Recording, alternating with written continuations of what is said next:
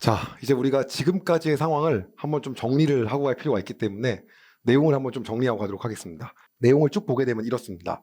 바벨론 포로 기간 후에요. 스룹바벨이 사람들을 데리고 1차 귀환을 하죠. 약 5만 명 조금 안 되는 그러한 사람들과 함께 전부 다 이제 옵니다. 그리고 그 오게 된 것은 고레스가 하나님의 말씀에 순종하여서 고레스 칙령으로 인해서 가게 된 거죠. 그런데 사실은 고레스는 굉장히 융화 정책을 펼쳤기 때문에 융화 정책을 펼치지 않다가 망한 나라들을 많이 봤어요. 아시리아부터 시작해갖고 스터디가 돼 있었던 거죠. 그렇기 때문에 이거 종교 함부로 막 탄압하고 이러면 안 된다라고 하는 그러한 어떠한 정치적인 계산이 있었던 거예요. 근데 어찌되었던 간에 그렇게 마음을 만지고 그렇게 시대 상황을 살핀 것도 누가 하신 거죠? 하나님이 하신 거죠. 그래서 고레스가 이 유다 민족으로 하여금 다시 돌아가게 하죠. 그리고 돌아온 지 2년 만에 뭘 짓냐면 성전 건축을 시작합니다.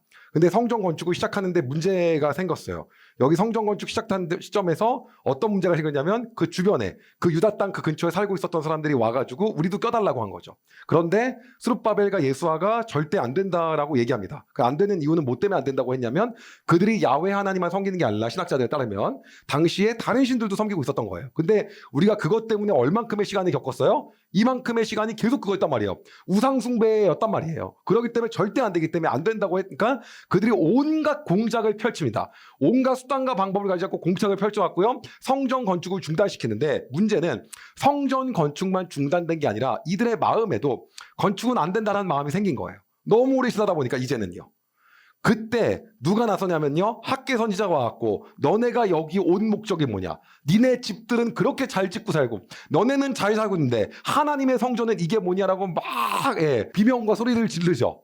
그리고 스가랴 선지자가 예언하고요. 하나님께서 너희를 통해서 놀라운 일을 행하실 것이고 스룹바벨과 예수아를 그냥 부른 게 아니고 이러한 얘기 스룹바벨아 힘내라 용기를 가져라 막 이러한 예언들을 막 쏟아붓습니다. 그래서 성전 건축을 재개하죠. 근데 문제는 우리가 하나님의 일을 한다고 해서 뚝 하고 잘 되는 게 아니죠. 재개했는데 이번엔 갑자기 스룹바벨이 총독임에도 불구하고 옆쪽 총독인 유프라테스 강 서쪽에 있는 답드네하고 스달보스네가 누구한테 얘기합니까? 이미 왕들이 바뀌고 다리오한테 얘기해요. 얘기해서 쟤네가 저러고 있다. 그랬더니 다리오가 이게 어떻게 된 일이냐? 그랬더니 이들이 말하는 거예요. 뭐라고 유다인들이 남유다가 어떻게 말하냐 이렇게. 우리는 고레스 왕 때 이미 다 지라고 얘기했다. 어떤 얘기하는 거냐? 그랬더니 다리오가 확인해보죠. 정말 그게 맞는지. 그랬더니 문서함에서 발견이 되죠.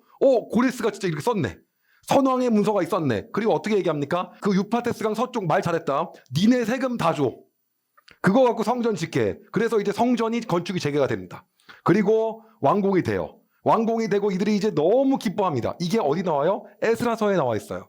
그리고 중간에 학계를 끼워서 읽었고 스가랴를 껴 읽었죠. 그런데 시간이 지났는데 성전이 완공되고 시간이 지났는데 스가랴 선지자가 스가랴 8장부터 그 뒤에 있는 내용으로 이제 또다시 환상과 예언을 하기 시작하는 거예요. 그런데 이것들을 신학자들은 어떻게 얘기하냐면 이렇게 시간이 지났는데 무언가 기가 막히고 특별한 일이 일어나지 않았다는 거죠. 다윗과 솔로몬 그게 아니었다는 거예요. 그리고 실제 성전 규모도 작았어요. 솔로몬 성전 같지만 이게 크지 않았단 말이에요. 조그만한 거예요. 그러다 보니까 스가랴 선지자는 이들을 향해 이 성전이 다가 아니다. 진짜 하나님께서 너희를 통해 예비하실 게 있다. 그래서 누굴 얘기합니까? 다시 오실 예수님. 예수님의 초림을 얘기하고요. 그리고 다시 오실 예수님만 얘기합니다. 그래서 하나님의 나라가 어떻고 하나님 널 향해 어떠한 비전과 소망을 갖고 있는지에 대한 희망적인 메시지를 줍니다. 다시 바벨론 포로 전태로 가면 안 된다. 우리가 거기까지 한 겁니다. 그리고 나서 여기까지가 남유다의 역사였는데 그럼 여기까지 온 동안 페르시아의 역사도 많이 흘렀어요. 그래서 지금부터 이제 여러분과 함께 페르시아의 역사는 그럼 고레스 이후에 어떻게 된 건지에 대한 내용을 하나씩 보면서 한번 가보도록 하겠습니다. 자, 여러분들이 혹시 기억이 나시는지 모르겠지만요. 고레스가 어떻게 페르시아의 왕이 되는지에 대한 스토리를 제가 쫙 한번 설명을 드렸거든요. 근데 아마 기억이 안 날 거예요. 그래서 그거 우리가 한번 다시 보고 가도록 하겠습니다. 메대의 왕은요. 우리가 세계사로 어떻게 부르냐면요. 아스티아게스라고 부릅니다. 메대 왕 아스티아게스. 네, 이렇게 부르고요. 이 아스티아게스에는요. 딸이 있었습니다. 그 딸의 이름은요. 제가 지금 말씀드린 건 여러 역사가들과 뭐 헤로도토스와 등등등 걸 합쳐서 말씀드립니다. 아스티아게스의 딸은요, 누가 있었냐면 만다네라고 있었어요. 만두집 아닙니다. 근데 만다네라고 있었는데요. 이 만다네라는 딸, 즉 공주에 대해서요, 어느 날 아스티아게스가 굉장히 이상한 꿈을 꿉니다. 그 꿈의 내용은요, 어느 날 꿈을 꾸는데 이 만다네 공주가 소변을 보는데요. 그 소변이 메대 땅을 다 뒤덮어요. 그리고 이 아스티아게스 메대 황제가 깜짝 놀라서 일어납니다. 이게 어찌 된 거냐. 그리고 나서 꿈풀이를 하라고 또 여러 사람을 부릅니다.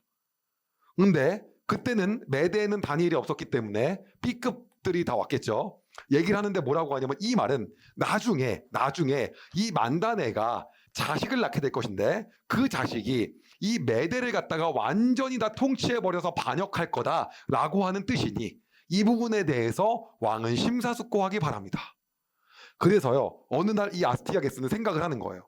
야, 이렇게 하다는 안 되겠다. 그래서 이 만다네를요, 저기 변방으로 보냅니다. 저 변방으로 보내서 이 통치권 내에 완전히 미치지 못하는 호족 중에서도 아주 낮은 호족, 다시 말하면 통족 중에서도 아주 영주 중에서도 정말 급이 안 되는 영주 쪽으로 보내서 거기서 살게 해야겠다라고 해서 바사라고 하는 땅으로 보내는 거예요. 거기서 만다네 공주가 바사의 영주하고 삽니다. 그런데 아무래도 불구하고 아스티아게스는 찜찜한 거예요. 찜찜해서요. 이 만다네 공주가 어디에 지금 있는 겁니까? 바사에 있는 거죠. 그때는 바사가 정말 작았거든요. 예. 근데 거기 영주하고 바사의 영주하고 사랑에 빠져갖고 이제 거기서 살게 됐는데 보냈으니까 계속해서 감찰을 하는 거예요. 이런 얘기가 굉장히 거슬리니까요. 근데 이들이 자식을 낳습니다. 아들을요. 그래서 아무래도 이거 아닌 것 같아서 아스티아게스가 사람을 보내서 이 아들을 죽이라고 합니다. 죽이라고 해갖고 사람을 보냈는데 그 당시 이 메데, 미디아라고 하는 이 나라에 굉장한 영향력을 행사했던 총리가 있었는데요. 그 총리가 누구냐면 하르파고스였어요. 누구였냐면 하르파고스. 총리입니다. 하르파고스한테 딱 명령을 합니다. 명령해서 죽여라. 라고 얘기를 하는데 하르파고스가 누구한테 시키냐면 이걸요. 자기 종에게 시켜요. 근데 자기 종이 딱 마음이 너무 아픈 거야. 근데 어느 날 자기 종이 자기 집으로 가요. 종의 집으로 가는데 하필 아내가 자녀를 낳다가 죽은 거예요. 누가? 자녀가. 죽은 아이가 된 거예요. 사산된 거죠. 그래서 어떻게 하냐면 어떻게 공주님의 아들을 죽일 수 있어? 라고 해서 자기 죽은 자녀의 귀를 잘라갑니다. 귀를 잘라오라 그러거든요. 왜 죽었다는 걸 확인하기 위해서. 그리고요, 뭐라고 하냐면 이 아들을 공주님한테 얘기해서 자기가 키울게요라고 합니다. 그리고 죽었다고 보고하겠습니다. 만다네 공주님. 그리고 그 귀를 아스티아게스한테 가져가서 총리를 통해서 가져가고 보여줍니다. 그리고 마음 편하게 삽니다. 시간이 지나는데요. 이 종 밑에 있었던 이 아들, 여기 요 아들 지금 여기로 왔잖아요. 요 아들이 뭐를 해도 특출난 거예요. 칼싸움 엄청 잘하고 종의 아들인데 막 귀족들을 막 밟고 막 너무 뛰어난 거예요. 얘가 왜 이러나? 그래가지고 막 여러 가지 설들이 있는데 재판에 끌려가고 막 문제를 많이 일으키는데 너무 뛰어나고 영리하다 보니까 저거 종놈의 아들이 막 이럴 거 아닙니까? 그런데 그게 소문을 타고 누구한테 가냐면 아스티아게스한테 가는 거예요. 딱 봤는데 이거 똑 닮았어 만다네하고 파악한 거야. 그리고 만다네 공주도 신났어. 와, 내 아들이 살아있었구나. 그리고 그렇게 컸는데 죽일 수가 없잖아요. 그래서 이 만다네 공주하고 아들을 다시 어디로 보내냐면 이들을 합쳐서 다시 바사로 보냅니다. 너네 바사 가서 살아라. 그 바사로 가요. 가는데 너무 생각해보니까 아스티아게스가 계속 생각을 했는데 너무 열이 받는 거야. 누구한테? 어떻게 날 속일 수가 있어? 나를 기망한 거 아니야. 그래서 어느 날 하르파고스한테 연회를 베푼다. 연회를. 잔치를 베푼다고. 그리고 그 요리 있잖아요. 뿅 하고 여는 거예요. 그래서 오늘의 식사를 열겠습니다 하고 뿅 하고 다 연 거예요. 뚜껑을 딱 열었는데 하르파고스 앞에 하르파고스 아들의 목이 잘려 있는 목 뿅 나온 거야. 그래서요, 보고 나서 하르파고스가 더 이상 할 말이 없는, 너 왜 내 명령을 거역해? 불만 없지? 너는 내 명령을 똑바로 안 지켰기 때문에 아무 말도 못한 거야. 그리고 그때부터 막 마음에 이글이글 거리면서 앙심을 품습니다. 누구에게? 아스티아게스한테. 내가 반역할 거다. 그런데 그때 이 바사 지역의 영주가 죽고요. 모든 실권을 그 아들이 잡아요. 그리고 아들이 세력을 점점 키워나갑니다. 그리고 여러 역사학자들마다 얘기가 다르지만 이 하르파고스하고 막 계속해서 연락을 했다 그래요. 그러면 키워나가요. 근데 마침 그때 이 미디아, 메데라는 곳이요, 점점점 세력이 약해진 거예요. 이게 기원전 대략 BC 559년 정도입니다. 네, 이 정도쯤이에요. 점점 그래서 메대가 점점 약해지는 거예요. 왜냐하면 막 내분이 있고요, 막 똑바로 통치 못하고 그러다 보니까. 그래서 어떻게 마음을 먹냐면요, 결국엔요 하르파고스는 아스티아게스에게 배신을 하고요. 그리고 연이은 메대의 향락과 피폐한 백성들의 삶으로 인하여서요, 이 아들은 메대를 뒤집어 버리고 결정하고요, 전쟁을 선포합니다. 그리고 미친 듯이 기원전 552년도에 메대 왕조의 반란을 일으킵니다. 그럼 이때는 어떤 시대냐? 바벨로니아는 마지막 왕 나보디누스 시대, 요 시대를 얘기합니다. 이제 마지막 시대예요. 언제? 나보디누스. 그러니까 점점 느부갓네살 이후에 점점 약해졌잖아요. 점점 약해진 시대죠. 그때 이제 누구를 병합하기 시작하냐면 메대를 갖다가 바사가 점점 지우고 점점 병합하기 시작합니다. 싹 다 끝없는 전쟁을 막 다 잡아요. 막 웬만한데 막 다. 그리고 메대까지 결국에는 다 소탕합니다. 그리고 그렇게 소탕한 전쟁의 영웅, 그 이름이 드디어 그 아들의 이름이 누구냐면 여러분이 아는 고레스입니다. 우리가 영어식 표현은 키루스라고 합니다. 그래서 이 고레스가 이거를 완전히 다 잡습니다. 이제 세계 제패를 앞두고 있었던 페르시아의 고레스, 더 컸던 메대는 무너지고 바사, 즉 페르시아가 난공불락의 성 바벨론만을 침공하기 직전에 남겨둔 상태였어요. 그런데 우리 이 난공불락의 성 바벨론을 앞에 둔 상태에서요, 틈이 없는 거예요. 그래서 어떻게 하냐면요, 고레스는요, 유프라테스 강부터 이어져서 물길이 있다고 생각하는 거예요. 이 모든 이 물길, 이 수로가 유프라테스에서 있기 때문에 얘를 낮춰야 된다. 그래서요, 유프라테스 강부터 여기까지 이어지는 물줄기를요 300갈래로 나눕니다. 그래서 물이 딴 데로 다 흩어지는 거예요. 그래서 수심이 쭉쭉쭉쭉쭉 내려가요. 하수구가 보이는 거예요. 거길로 기어 들어갑니다. 그리고 성을 완전히 함락시켜버립니다. 혹은 이렇게 말하는 역사학자도 있어요. 너무 달신달신하니까 마르두게 제사장들이 화나서 어떻게 문을 열었다. 누구한테? 고레스한테. 어찌됐든 그래서 그날 밤 어디를요? 완전히 바벨론을 점령합니다. 자, 이렇게 본 것처럼 고레스는요, 이러한 엄청난 관용 정책을 기조로 해서요, 제국을 통일하고요, 그리고 이 제국을 운영하기 시작해요. 그런데 여러분이 봐야 될 게 있어요. 뭐냐면 이게 이제 페르시아의 전체 전성기 때 지도거든요. 그러니까 거의 뭐 어마어마한 규모죠. 그런데 이 뒤에를 보면, 여기 보게 되면 이게 키루스 2세가 고레스거든요. 고레스 때 시절을 보게 되면 이 녹색이에요. 근데 녹색 보게 되면 여러분 어떤 특징이 있습니까? 이집트가 아직 손에 들어왔어요? 안 들어왔어요? 안 들어왔죠. 이집트가 안 들어왔어요. 이집트는 언제 들어옵니까? 여기 캄비세스 2세 때 들어와요. 그러니까 고레스는 죽기 전에 어떠한 걸 하지 못한 거냐면 이집트를 갖다가 원정을 준비했지만 하지 못한 거예요. 이게 진짜 역사적인 이제 상황입니다. 그래서요, 결국에는요, 기원전 530년경에 고레스가 죽습니다. 그리고요, 그의 아들이었던 캄비세스 2세가 페르시아의 왕으로 등극해요. 그게 여기 보는 것처럼 바로 고레스가 530년경에 죽고 캄비세스가 그 다음에 이제 등극을 하게 되는 거죠. 그래서 캄비세스는요, 아버지가 못다 이룬 꿈, 그리고 자기가 그 다음에 통치의 권한이 있다는 걸 또 입증도 하기 위해서, 그리고 실질적으로 필요도 해서 무엇을 감행하냐면요, 이집트 원정을 감행합니다.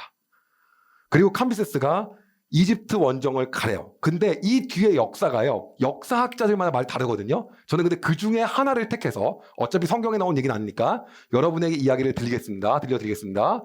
캄비세스 2세는요, 문제가 뭐냐면 아들이 없어요. 그런데 누구 있냐면요, 동생이 있는 거예요. 동생 이름이 뭐였냐면 바르디아였어요. 바르디아. 동생 이름인데, 바르디아가 혹시 내가 원정간 사이에 반란 일으키는 거 아니야? 라고 생각하고요, 죽입니다. 그리고 원정을 가요. 그런데 원정회를 가는데 문제가 어떤 거냐면 그 사이에 진짜 이 제국이 너무 크니까 바르디아의 얼굴을 본 사람이 없는 거야. 얼굴을 아는 사람도 있고 모르는 사람이 더 많아. 그런데 그때 종교 지도자 중에 가우마타라고 있었어요. 가우마타. 이 가우마타라고 하는 사람이 어떤 얘기를 했냐면 이런 얘기를 하는 거예요. 가우마타가 내가 바르디아야 라고 하면서 쿠데타를 일으킵니다. 그래서 캄비세스 2세가요. 지금 이 사람이 왕이잖아요. 캄비세스가. 캄비세스 2세가 이제 당연히 열이 받을 거 아니에요? 회군을 합니다. 이집트를 갖다가 다 먹고 나서 회군을 해요. 근데 회군하는 도중에 역사학자들이 파상풍에 걸려요. 파상풍에 걸려갖고 죽습니다. 죽으니까 누구의 시절이 온 거예요? 가우마타의 시대가 온 거예요. 그게 바로 지금 여기 나오는 가우마타라고 해서 이렇게 작게 나왔잖아요. 스멜디스. 여기입니다. 여기. 됐죠? 그리고 여기를 먹은 거예요. 그런데 쟤는 지금 정통성도 없는데 자기가 이 바르디아라고 뻥을 쳐가지고 구테타리가 성공했으니까 이러면 당연히 다른 사람들이 가만히 있냐고. 그래서요. 그때 갑자기 캄비세스의 부하이자 먼 친척이었던 사람 중에서 이 세계사적 표현입니다. 다리우스라고 했어요.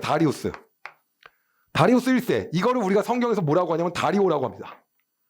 이 다리우스 1세가 뭐 하냐면 다시 반역을 일으킵니다. 그리고 여기 나오고 있는 이 가우마타를 죽여요. 그리고 본인이 왕이 돼요. 먼 친척이자 여긴 뭐예요? 부하였던 거예요. 그러니까 여기도 뭐예요? 계보에 아무 상관이 없죠. 그렇게 왕으로 등극을 하게 된 겁니다. 뭐 말은 많아요. 실제가 이거다 아니다 뭐 여러 가지 얘기는 많지만 어쨌든 간에 이렇게 돼요. 그리고 나서 여기 나오는 것처럼 드디어 누가 온 거예요? 다리오의 시대가 온 거예요. 그리고 이 다리오의 시대 때 여러분이 아는 것처럼 어떤 거 한 겁니까? 성전 건축 재개 플리즈가 여기예요. 이게 페르시아의 역사였던 겁니다. 이해 가셨죠? 예. 자, 그런데 뭐 이런 얘기도 있고 뭐 다른 얘기도 있지만 어쨌든 간에 이 시점에 학계 선지자하고 스가랴 선지자의 동료로 인해서 다리오한테 가가지고 다시 이제 받아내고 나서 성경 건축해라 라고 했던 왕이 바로 이제 다리우스 왕인 거예요. 그런데 이 다리우스 왕 같은 경우에는 결국에는 그 엄청난 일들을 많이 하거든요. 근데 이 일들과 그 다음에 이제 이어진 내용들을 봐야 되기 때문에 조금 더 이건 시간을 갖고 볼 필요가 있기 때문에 여기서 우리가 멈추긴 해야 되는데 여러분한테 이야기하고 싶은 내용이 딱 한 가지가 있는 거예요. 뭐냐면 봐보세요. 세계사적으로 이렇게 어마어마한 사건이 지나가서 어디까지 왔습니까? 다리오까지 왔습니다. 그런데 성경은 이 어마어마한 사건을 다 스킵해버리고 그냥 한 방에 그냥 다리오로 왔어요. 그럼 우리가 확인해야 될 게 있다는 거죠. 뭡니까? 하나님이 관심이 있는 것과 우리가 공부하는 세계사하고는 뭐 할 수 있다? 다를 수 있다는 거예요. 이거에 대해서 관심이 없어. 근데 하나님은 여기에 관심이 있어. 근데 세계에서 가장 큰 나라에 대한 역사는 이 얘기 안 해. 맞나요? 이것이 핵심 포인트라는 거예요. 하나님의 관심이 어디냐는 거죠. 덧없는 인생이 아니라 우리의 인생을 하나님이 관심이 있는 곳에 초점 맞춰야 된다는 거예요. 그러한 시간이 흘러가는 동안에 우리의 관심은 온통 뭐였습니까? 성전 멈춘 거, 재개해야 되는 거, 다시 우리가 하나님께 돌아가야 된다는 거. 하나님 관심이 거기 있었다는 거죠. 그래서 우리가 목사님들께 가끔 이런 설교 듣잖아요. 여러분의 엄청난 업적을 남기는 것이 하나님이 관심이 있는 줄 아십니까? 뭘 하는 것이 업적을 남기는 관심이 있을 수 있습니다. 그러나 중요한 건 뭡니까? 그것이 예수 그리스도께로 향하고 있냐는 거죠. 그것이. 그러지 않다고 한다면 뭐가 바르디아가 어떻고 가오마타가 나는 너 관심이 없다. 아니 왜 성경에 한마디라도 써줘야 될 거 아니야? 하나도 안 써주냐고요. 나는 뭐하다? 관심이 없다. 내가 관심 있는 건 거기가 아니다. 그거라고 하는 거죠. 예, 오늘 여러분들에게 이 영상을 마무리하면서 드리고 싶은 얘기가 그겁니다. 과연 우리의 관심은 오늘 어디 있냐고 하는 거죠. 지금도 엄청난 역사가 흘러가고 있습니다. 미국을 중심으로 엄청난 강대국들이. 그런데 하나님의 관심은 어디 있냐는 거죠. 이후에 하나님은 어디에 내가 관심이 있었다. 나는 여기에 초점이 있었다. 라고 말할 부분이 어디냐는 거죠. 오늘 우리가 그곳에 우리의 눈과 시야를 향하길 소망합니다. 기도하겠습니다. 하나님, 우리가 고레스 이후의 왕들의 역사를 보며 하나님께서 성경에 한 번도 언급하지 않고 이 시간들을 보내신 것 그리고 이어가신 것들을 우리가 확인하였습니다. 하나님의 관심은 다시 성전을 재개하고 성전을 건축하며 하나님께 영광 돌리며 하나님께 예배드리며 나아가는 것에 있었음을 우리가 다시 한번 보았습니다. 아버지, 지금도 많은 기사와 많은 뉴스들이 실시간으로 퍼져나오며 전 세계의 관심사는 이거라고 이야기하고 있습니다. 그러나 하나님, 우리는 하나님의 관심이 있는 곳에 우리의 마음을 두길 소망합니다. 하나님이 원하시는 그곳에 우리의 마음을 두길 원합니다. 우리의 눈과 귀가 하나님의 관심이 있는 곳에 있게 하여 주시옵소서. 그렇게 우리가 세상을 바라보며 살아갈 수 있게 주님 우리의 마음을 허락하여 주시고 우리의 시야를 확장하여 주시옵소서. 오늘도 성령님께 의지합니다. 성령님 함께하여 주시옵소서. 감사드리며 예수님의 이름으로 기도드립니다. 아멘. 자, 이제 에스더를 시작하기 전에 그 페르시아의 역사를 우리가 조금만 더 살펴봐야 되는데, 고레스에 이어서 아들이었던 캄비세스가 왕이 되었고, 근데 결국에는 고레스는 이집트를 갖다가 정복하지 못했기 때문에 아들인 캄비세스가 그 수건을 풉니다. 그런데 문제는 그 와중에 반란이 일어난 거죠. 가우마타라고 하는 제사장, 다시 말하면 그 집권자에 의해서 이게 반란이 일어나갖고 처단하기 위해서 복귀하는 도중에 캄비세스가 죽었죠. 그리고 이때 본인이 바르디아라고 하는 캄비세스의 동생이다 라고 얘기하면서 이거를 했기 때문에 말이 안 된다, 네가 무슨 그러냐라고 해서 다리오라고 하는 이 캄비세스의 부하이자 먼 친척이 일어나서 가오마타를 죽이죠. 그리고 나서 다리오가 왕으로 집권하게 돼요. 그런데 문제는 뭐냐면 다리오가 정통성이 없어요. 왜 그러냐면 봐보세요. 아들이었죠. 그런데 이집트까지 완전 다 이겼죠. 그러니까 얼마나 셉니까? 그리고 나서 정통성도 빵빵하죠. 그러니까는 충분히 페르시아의 왕이 된단 말이에요. 근데 문제는 뭐냐면 반란이 일어나서 복귀한 도중에 죽어요. 죽고 나서 뭐냐면 자기가 캄비세스의 동생이라고 나타났는데, 여기도 물론 당연히 정통성이 없지만 이 정통성이 없는 걸 죽인 얘조차도 먼 친척이자 부하였기 때문에 정통성이 없단 말이에요. 그러다 보니까 정통성이 없다 보니까 어떤 일이 일어나냐면요, 이제는 바로 죽이고 된 거잖아요. 그럼 뭐예요? 나도 바로 죽이면 되지 않을까라고 생각하는 사람이 많겠죠. 그래서 반란이 무려 얼만큼 일어나냐면, 이 페르시아 이 전역에서요, 바벨론부터 시작해서 미디아, 이집트 등등에서 제후들의 반란이 3년 동안 무려 19번이 일어납니다.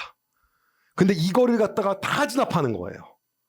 그러기 때문에 어마어마한 거죠. 그런데다가 생각을 했던 게 어떤 거냐면, 이 진압을 갖다가 하는데 쉽지가 않았거든요. 근데 이걸 다 성공해요.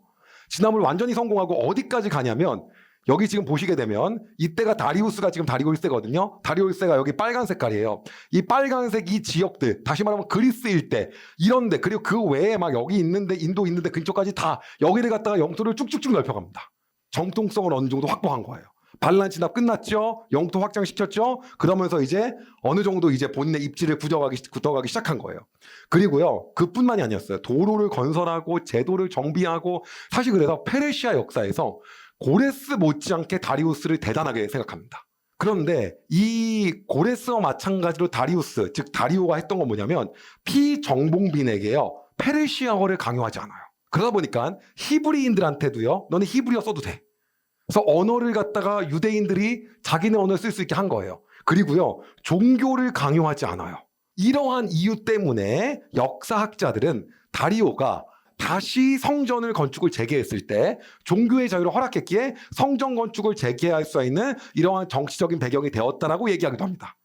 근데 어쨌든 우리가 보는 관점은 그 상황 속에서도 모든 역사를 주장을 누가 하신다? 하나님이 하신다는 거죠. 그래서요, 유다 땅에 이제 성전이 재건되고요, 다리오 1세는요 수도인 수사를 이어 재건하였고요, 그리고 수도를 여러 군데에 둡니다. 조금만 더 제가 여러분이 재미없겠지만 세계사 공부를 잠깐만 시켜드리면요, 원래 바벨로니아 땅에 바빌론이 수도였거든요. 이 바빌론 땅은요 원래 옛날 수도였기 때문에 행정수로 둡니다. 그리고 에스더에서 나오는 수사라고 나오죠. 수도. 여기가 어디냐면, 수사는요 겨울 수도예요. 그럼 여름에는 어디로 가냐면요, 엑바타나라고 하는 이곳에 갑니다. 그리고 또 한 개의 수도가 있는데, 그 수도가 어디냐면 페르세폴리스라고 하는 이곳이에요. 이 페르세폴리스는 뭐냐면, 여기는 페르시아의 근원지예요. 그래서 종교적인 의례와 의식이 있었던 데가 여기입니다. 그래서 페르세폴리스하고요, 수사하고요, 그 다음에 바벨론하고요, 그 다음에 엑바타나, 여기가 이제 네 군데의 수도로 우리가 페르시아가 있었다는 거죠. 그런데 에스더서의 배경은 여기서부터 시작을 하는 겁니다. 되셨습니까? 예. 그래가지고 참고로 말씀드리면, 페르세폴리스 같은 경우에는 어느 정도였냐면, 향후에 페르시아가 어디에 멸망하죠? 헬라에 망하잖아요. 그래서 알렉산더 때 기원전 330년도에 멸망을 하거든요. 근데 그때 이 페르세폴리스가 멸망하고 나서 보물들을 갖다가 실어 나르는데, 역사학자들에 의하면요, 노새가 2만 마리, 낙타가 5천 마리가 있었다는 게 아니고, 노새 2만 마리와 낙타 5천 마리로 보물을 실어도 다 못 실었다는 거예요. 그 정도로 어마어마한 보물이 쌓여 있었다고 이야기됩니다. 그리고 다리오 1세는요 계속해서 서쪽 지역의 반란으로 인해서 그리스 본토를 공격하지 않으면, 결국엔 그리스 본토를 끝장내지 않으면은 이러한 반란이 계속 일어난다고 생각합니다. 그래서 뭘 하냐면 그리스 원정을 감행하는데 그게 언제냐면 기원전 492년도에 잠깐 또 여기 볼게요. 보면은 언제냐면 요때쯤이죠. 기원전 492년도에 반란이 너무 나니까 그리스 본토까지 결국 가야 된다. 그 섬 주변에 깔짝깔짝한 애들 갖고 될 게 아니라 그리스 바다 넘어서 걔네 다 끝장내야 된다 라고 생각하고 원정을 감행합니다. 그리고 약 20만 명의 대군을 모아요. 이러고 드디어 원정길에 올라요. 그런데 문제가 생긴 거예요. 뭐냐면 그리스를 갖다가 침공하는데 원정 도중에 폭풍을 만납니다. 그래서 3분의 1의 병력을 잃었고요. 그리고 습격을 받아서 결국에는 져요. 본국으로 회군할 수밖에 없었던 거예요. 물론 이때 그리스 원정이 실패로 돌아갔지만 타격을 입은 그러한 일대의 국가들이 있었기 때문에 와 쟤네 페르시아 힘이 만만치 않다는 걸 느낍니다. 그러나 어쨌든 실패로 돌아가요. 그리고 나서 정확하게 페르시아는 정책을 바꿉니다. 항복을 받아야겠다. 그래서 그리스 일대에 그러한 있는 여러 국가들이 많았잖아요. 작은 국가들이. 거기한테 쫙 사신을 보내는 거예요. 그래갖고 너네 항복하라고. 그런데 그 페르시아의 사신을 갖다가 죽인 그러한 나라들이 두 군데 있었어요. 거기가 어디였냐면 여러분들이 알고 있는 바로 아테네하고 스파르타예요. 거기만 이 항복 요청을 받아들이지 않습니다. 그래서요, 너무 열받아서 기원전 490년도에 한 번 더 원정을 감행합니다. 이제 정말 죽기 요때 490년도에 한 번 더 원정을 해요. 그리고 원정을 하는데요. 이때 벌어진 전쟁이 바로 어떤 거냐면 여러분들이 알고 있는 마라톤 전쟁이에요. 네, 이 마라톤 전쟁에서요. 그리스에게 다시 말하면 이 연합에게 페르시아는 대패를 합니다. 그리고요. 철저하게 더욱더 이제 침공 계획을 다시 세우게 돼요. 다리우스는 결국이요. 다리오 1세는요. 기원전 486년도에 죽음합니다. 이제 이렇게 죽는 거예요. 그런데 문제는 이제 그의 아들이거든요. 아들이 누구냐? 아들이 아하수에로예요. 이 아들이 이어받았는데 아들은요. 딱 생각을 하는 거예요. 어떤 생각을 하냐면 아버지의 원한을 갚기 위해서 그리고 이 페르시아를 위해서 반드시 그리스를 끝장낸다. 아테네 스파르타 얘네 가만 안 둔다. 그리고 그때 영화를 찍습니다. 그 영화 이름이 300이에요. 그리고 여러분한테 말씀드렸던 300에 나오는 바로 이 사람. 예, 요 사람이 누구냐면은 아하수에로. 크세스크세스. 근데 왜 이렇게 표현했냐? 네, 원래 이란 쪽 사람들은 안 좋게 봅니다. 예, 이 영화, 네, 이쪽에서는 되게 안 좋게 보잖아요. 예, 유대 자금이 들어가고 아무튼 간에. 그래서 이게 사실은 페르시아의 아하수에로예요. 그러면, 에스더가 왕으로 불려간 그 왕이 이 사람이냐? 네, 맞아요. 그래서 오늘 300을 다시 한번 좀 봐주시고 문제는 뭐냐면 이때 재위를 하는데요. 아버지의 어떠한 걸 이어받아서 약 3년간 이제 그리스 침공을 굉장히 빡세게 준비합니다. 집권하고 시간이 좀 지난 거죠. 3년까지 준비하고 3년이 지난 거예요 이제. 그래서 기원전 480년도에 드디어 전쟁에 참여하는데 그 전쟁이 테르모필레 전투예요. 근데 문제가 생깁니다. 기세 좋게 몰아붙였던 페르시아군이요. 마지막 이제 그 아테네를 끝장내기 위해서 배를 몰고 출격을 하는데 그곳이 어디냐면 바로 지금 여기 나오는 살라미스라고 하는 지역이었어요. 여기 보게 되면 이 살라미스에서 처음에는 병사가 조금밖에 없는 것 같이 요 메인 부대가 여기 있었거든요. 여기 있다가 이 메인 부대가 원래 여기쯤 있었어요. 여기서 쫙 몰아온 거예요. 얘네밖에 없네. 진격이다 했는데 뒤로 쏙 피해. 뒤로 쏙 피한 다음에 어떻게 하냐면 얘네가 숨어 있었어. 여기서 협공을 한 거예요. 그래가지고 얘네를 완전히 몰살시킵니다. 예, 이 연합군의 부대가 여기서 나올 줄 몰랐던 거지. 치고 그리고 폭풍 불구하면서 이제 여기서 이제 무너져요. 그래서 이거를 갖다가 그 유명한 뭐라고 하냐면 이 전쟁을요. 테르모필레 전투에서 이겼는데 어디서 지냐면 살라미스 해전에서 지는 거예요. 예, 살라미스 해전에서 완전히 진다. 네. 여기서 끝이 납니다. 그래서 이 그리스 연합군에게 대패를 한 페르시아는 결국에는요. 마지막에 점점 힘들어져요. 왜 힘들어지냐? 바벨론의 반란이 또 일어나는 거야. 영토가 넓으면 반란이 일어날 수밖에 없어요. 그리고 후퇴하게 되고 연이은 패배로 크세스는요. 결국 나중에는요. 그냥 통치를 놔버립니다. 향락과 술에 젖어갖고 살아가요. 그리고 결국에는요. 누구냐면 정권 말에 구테타에 의해서 반란으로 생을 마감합니다. 그게 크세스인 성경에 나오는 아하수에로의 어떠한 일대기예요. 자, 그럼 그렇다고 한다면 우리가 다시 넘어와서 좀 봐야 될 게 있습니다. 뭘 보냐?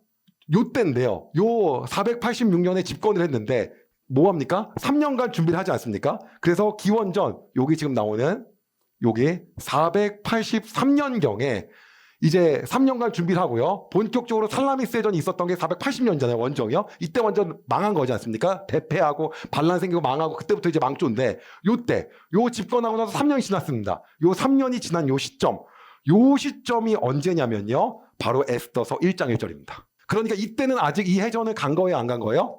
안 한 거죠. 그러니까 준비만 하고 있는 상태죠. 그렇기 때문에 역사적 배경으로 이건 어떤 거냐면 그리스 침략을 제대로 계획하고 그에 대한 지지 세력을 결집하기 위한 대규모 군사회의하고 연회였지 않았을까라고 신학자들이 보는 거예요. 그리고 그 시점으로 해서 에스더서가 시작이 됩니다. 에스더 1장 1절에서 8절입니다. 아하수에로 왕 때 일어난 일입니다. 아하수에로는 인도에서 에티오피아까지 127지역을 다스리는 왕으로 당시에 그는 수도인 수산에서 나라를 다스리고 있었습니다. 왕이 된 지 3년째 되던 해 나오죠? 왕이 된 지 3년째 된 해입니다. 그러니까는 우리가 기원전 483년 정도라고 생각을 하는 거예요. 아직 살라미스 해전에서 패하기 전이죠. 귀족들과 신하들을 위해 잔치를 베풀어 페르시아와 메데 지방의 군대 지휘관과 각 지방의 귀족들과 총독들을 모두 초대했습니다. 잔치는 180일이나 계속되었고 그동안 아하수에로 왕은 자기 왕국의 부와 위엄과 영광을 마음껏 뽐냈습니다. 아직 지기 전이니까 기세가 등등합니다. 그 잔치가 끝나자 왕은 신분의 높고낮음을 따지지 않고 수산에 있는 모든 백성들을 초대하여 왕궁 정원 뜰에서 7일 동안 잔치를 베풀었습니다. 뜰에는 하얀색과 자주색 휘장의 대리석 기둥의 은고리에 자줏빛 끈으로 묶여서 걸려 있었고 하얀 대리석과 조개와 보석이 깔린 바닥 위에는 금 의자와 은 의자가 놓여 있었습니다. 어마어마한 거죠. 왕은 갖가지 모양의 금잔에 포도주를 담아 아낌없이 대접하였고 손님들에게 마시고 싶은 만큼 마음껏 마시라고 말했으며 왕궁 관리들에게는 손님이 원하는 대로 포도주를 가져다 주라고 명령했습니다. 아직 살라미스 해전 전이었기 때문에요. 역사를 알고 있는 우리 같은 경우에는 굉장히 지금 기세가 좋은 상황이구나 라는 것들을 우리가 알고 있는 상황인 거죠. 그리고 이때 에스더서가 시작이 됩니다. 자, 그렇다고 한다면 여러분에게 오늘도 제가 다시 말하고 싶은 게 있습니다. 바로 뭐냐? 여기 보게 되면 이 기원전 186년부터 그 뒤에 3년 동안 준비를 하고 그 뒤에 3년 후에 어마어마한 해전이 펼쳐지고 그 뒤에 크세르크세스의 엄청난 집권기에 이어서 그 다음 아들이 아닥사스다. 그러니까 이러한 시간들이 있는데 성경은 이 스토리에 대해서 관심이 하나도 없는 거예요. 저 같으면 살라미스 해전 정도 넣을 것 같아요.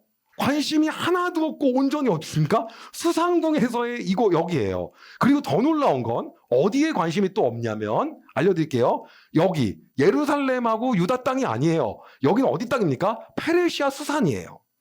그래서 여러분한테 보여드린 대로 따지면 여기 보게 되면 여기가 페르시아 수상궁이잖아요. 어디예요?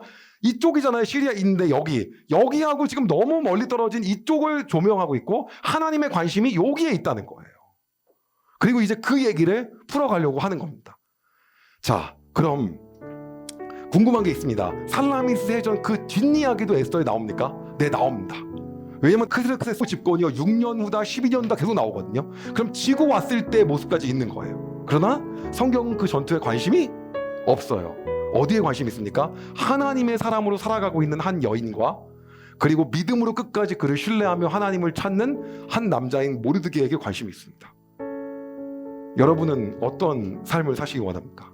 하나님의 관심이 있는, 하나님께 주목받는 그 인생이 되길 소망합니다. 아무리 신분이 높아져서 왕이 됐음에도 불구하고 하나님의 관심이 없으면 끝이라는 거예요. 하나님의 관심이 있었던 그 유다 민족들과 그 에스더와 모르드게, 그 삶이 여러분의 삶이 되길 소망합니다. 제가 기도하겠습니다. 하나님, 이제 우리가 본격적으로 에스더서를 시작하려고 합니다. 하나님, 에스더서를 통하여 우리가 페르시아의 역사를 쫙 훑어보았습니다. 위대했던 왕 아하수에로 크세르크세스와 그리고 그의 여러 업적들, 다리우스의 업적들을 우리가 살펴보았지만 하나님의 관심은 시대와 관계없이 하나님을 찾고 하나님께 집중하며 믿음으로 하나님께 나아갈 사람에게 관심이 있었음을 우리가 보게 되었습니다. 하나님, 우리가 이 시대를 살아가면서 높은 자리와 높은 위치와 우리가 할 수 있는 것에 초점 맞추는 것이 아니라 하나님께 인정받고 하나님께 관심받고 하나님께서 원하시는 그 삶을 살아갈 수 있게 하여 주시옵소서. 그리하여 하나님의 조명이 있는 곳에 우리의 삶이 있길 소망하오니 하나님 우리의 길을 그렇게 인도하여 주시옵소서. 오늘도 그렇게 살기를 결단하는 주님의 자녀들 가운데 성령께서 함께 하실 것들을 기대하며 예수님의 이름으로 기도드립니다. 아멘. 에스더서를 본격적으로 시작을 하는데요. 그리스 원정 전에 이제 본격적으로 그리스 본토를 침략해서 끝장을 내려고 하는 아하수에로 왕이 세를 결집하기 위해서 연회를 오래 베풀고 자신의 엄청난 부요함과 군사력을 자랑합니다. 그런데 이때 이 왕이요 하고 싶었던 게 있었어요. 바로 뭐였냐면 자기 왕이었던 자기 왕후, 다시 말하면 자기 아내였던 왕후 와스디를 부르고 싶었던 거예요. 그래서 내시들을 통해서요 왕후를 자기 앞으로 나오게 하라고 명령을 합니다. 근데 문제는요 이 왕후가 안 나온다고 얘기하는 거예요. 너무 뜻밖의 일이죠. 에스더서 1장 12절입니다. 내시들은 와스디 왕후에게 가서 왕의 명령을 전했습니다. 그러나 왕후는 왕에게 나오지 않았습니다. 왕은 몹시 화가 났습니다. 마음속에서 불같은 분노가 일어났습니다. 그러면 왜 안 나왔는지는 성경에 안 나오는데 신학자들은 어떻게 얘기하냐면 이런 견해를 갖습니다. 첫 번째는요. 남자만 참석한 그러한 왕의 잔치에 와스디가 나가는 것 자체가 페르시아의 관습에 반하는 거였다. 그렇기 때문에 그가 했던 행동은 사실은 그렇게 잘못된 것이 아니었다라는 게 첫 번째가 있고요. 그다음 두 번째는 뭐가 있냐면요. 이미 아하수에로가 당시에 반쯤 취한 상태였기 때문에 이를 거부하는 것이 오히려 현명한 거다라고 생각했을 거다라고 하는 그러한 견해가 있습니다. 그리고 세 번째는 뭐가 있냐면 그 해는요. 기원전 483년도예요. 집권하고 3년이 지나고 해전을 막 준비하고 있을, 다시 말하면 원정 준비하고 있을 이때였는데, 그런데 이때 자신의 아들인 아닥사스다, 다시 말하면 이 아하수에로 왕 다음 왕이 임신하고 있었어요. 이때 태어나거든요. 그렇기 때문에 이러한 임신 상태에서 나가고 싶지 않았을 거다 라고 하는 이러한 견해들이 있습니다. 그런데 어쨌든 현명했든 현명하지 않았던 이러한 이야기를 한 것 자체가 갑자기 왕의 마음을 용납하지 못하게 만드는 거예요. 근데 이렇게 마음을 움직이고 조종하는 분도 누구라는 겁니까? 하나님이 하신다는 거죠. 그래서요, 이에 분노한 아하수에로는요, 사람들을 불러서 논의하기 시작합니다. 이 왕후를 어떻게 해야 되나? 와스디를 어떻게 해야 되나? 에스더서 1장 15절에서 20절입니다. 왕이 그들에게 물었습니다. 내시들이 전한 내 명령을 와스디 왕후가 따르지 않았으니 이를 법대로 하려면 어떻게 해야 하오? 무무간이 왕과 귀족들에게 말했습니다. 와스디 왕후는 왕에게만 잘못한 것이 아니라 이 나라의 모든 귀족과 백성에게도 잘못한 것입니다. 왜냐하면 페르시아와 메대의 여자들이 왕후가 한 일을 듣게 되면 아하수에로 왕이 명령을 내려 와스디 왕후를 데려오게 했는데 왕후가 가지 않았다고 말하면서 자기 남편을 업신여길 것이기 때문입니다. 결국 페르시아와 메대의 귀부인들이 왕후가 했던 것과 똑같이 자기 남편을 대할 것이고, 그렇게 되면 업신여김과 분노가 끝없이 이어지게 될 것입니다. 그러므로 왕만 좋으시다면 어명을 내려서 다시는 와스디를 왕 앞에 나오지 못하게 하시고 그것을 페르시아와 메대의 법으로 정하여 누구도 고치지 못하게 하십시오. 그리고 왕후의 자리는 와스디보다 더 나은 사람에게 주시는 것이 좋을 것 같습니다. 그런 다음에 이 어명을 온 나라에 두루 알리신다면 높은 사람이든 낮은 사람이든 여자들이 다 자기 남편을 존경할 것입니다. 그러니까 한마디로 뭐예요? 괘씸죄에 걸린 거예요. 그래서 말도 안 되는 조서가 반포가 됩니다. 그래서 각 가정은 남편이 다스려야 하며 남편의 언어가 가정의 언어가 되어야 된다. 그리고 시간이 얼마 지나지 않습니다. 이제 왕은요, 정사를 돌보는데 왕의 신하가 왕에게 얘기하는 거예요. 그 왕후를 간택해야 되지 않겠습니까? 그래서 아름다운 처녀를 찾게 해달라고 왕에게 부탁을 하고요. 왕이 그것을 그렇게 하라고 얘기합니다. 그리고 그 무렵 이제 갑자기 장면이 전환됩니다. 그 수산성에는요, 누가 있었냐면요, 모르드게라고 하는 사람이 있었어요. 근데 성경이요, 모르드게를 이렇게 소개합니다. 에스더 2장 5절이에요. 그 무렵 수산성에는 모르드게라는 유다 사람이 있었는데 그는 베냐민 지파 사람으로서 야일의 아들이고 시므이의 손자였으며 기스의 증손자였습니다. 어떻게 됐죠? 우리가 남유다하고 북이스라엘이 나눠질 때 베냐민은 같이 남유다 쪽에 들어왔죠. 후손인 모르드게가 지금 현재 사는 거예요. 그리고 다 남유다인이 된 거죠. 그런데 이 모르드게는요, 북이스라엘이 망하고 남유다가 살았을 때 성경이 어떻게 얘기하냐면 포로 귀환 당시에 2차 포로 때 어떻게 바벨론으로 끌려왔다라고 얘기하고 있어요. 이때 그러면 이 2차 포로에 대한 얘기를 우리가 봐야 되는데 이게 언제냐면요, 기원전 597년이에요. 자, 이제 퀴즈를 한번 내도록 하겠습니다. 자, 그럼 1차 포로는 언제였냐? 기원전 이제 지겹지 않습니까? 605년이었어요. 그럼 남유다가 망한 거 언제였습니까? 586년 기원전. 그러니까 한마디로 요때 완전 망하기 직전에 이때 끌려왔다는 거예요. 그런데 요때 끌려간 사람이 누구였을까요? 이것도 퀴즈입니다. 성경 퀴즈요. 1번 다니엘, 2번 에스겔. 이때가 다니엘이고 이때가 에스겔입니다. 예, 그래서 이때 에스겔이 끌려가거든요. 요때 갔다는 거예요. 그런데 문제가 생깁니다. 지금이 언제입니까? 여러분 기원전 483년이에요. 그럼 시간이 얼만큼 지났죠? 거의 한 110년 지나지 않았습니까? 모르게 나이가 만약 20살이었다면 지금 130살이에요. 말이 안 되잖아요. 그래서 신학자들은 뭐라고 하냐면 이거는 모르드게라기보다는 모르드게의 할아버지나 아버지였을 거다라고 얘기합니다. 성경에 이 부분 이렇게 나와 있어요. 에스더서 2장 6절이에요. 모르드게는 바빌론 왕 느부갓네살이 예루살렘에서 유다의 여고냐가 여우야긴이에요. 여우야긴 2차 포로 왕을 사로잡아 끌고 왔을 때 함께 잡혀온 사람이었습니다. 네, 그래서 조부나 증조부가 사로잡혀왔다라고 추정을 합니다. 근데 어찌되었던 이렇게 끌려왔는데 그의 사촌 한 명이 있었는데 사촌 이름이 뭐였냐면요. 사촌 이름이 하닷사였어요. 하닷사. 네. 자기 사촌이 있었어요. 근데 사촌이 있었는데 이 하닷사였는데 하닷사가 부모님이 안 계십니다. 그래서 모르드게가 자기 사촌인 하닷사를 딸처럼 키웁니다. 그리고 이 딸처럼 키웠던 하닷사가 바로 누구냐면 에스더입니다. 네. 그러면서 이제 이 에스더가 바로 왕후의 후보에 들어서게 된 거예요. 에스더서 2장 8절에서 9절입니다. 왕의 명령이 내려지자 많은 여자들이 수산 왕궁으로 뽑혀와 헤게, 이걸 담당하고 있는 헤게라는 사람에게 맡겨졌습니다. 에스더도 뽑혀 왕궁에 들어와 궁녀들을 돌보던 헤게의 보호를 받게 되었습니다. 에스더를 마음에 둔 헤게는 에스더에게 화장품과 귀한 음식을 주고 궁녀 7명을 골라 그녀를 시중들게 했습니다. 헤게는 또 에스더와 그녀의 7궁녀들을 후궁에서 가장 좋은 곳으로 옮기게 했습니다. 또 누가 인도하고 계십니까? 하나님께서 인도하고 계시죠. 요셉을 인도하셨던 하나님이 동일하게 역사하고 계세요. 그래서요, 에스더는 이렇게 좋은 자리에 얻게 되었어요. 그런데 모르드게가 딱 얘기하는 거예요. 너 절대 유다인이라는 걸 내가 말할 때까지 얘기하지 말아라. 그래서 에스더가 자기의 신분을 숨깁니다. 그런데 당시에 이 후보에 올랐던 이 후궁들은 어떻게 하냐면요, 왕을 맞이하기 위해 무려 1년간을 몸을 가꾸어야 합니다. 그래서 1년 동안 몸을 가꾸어요.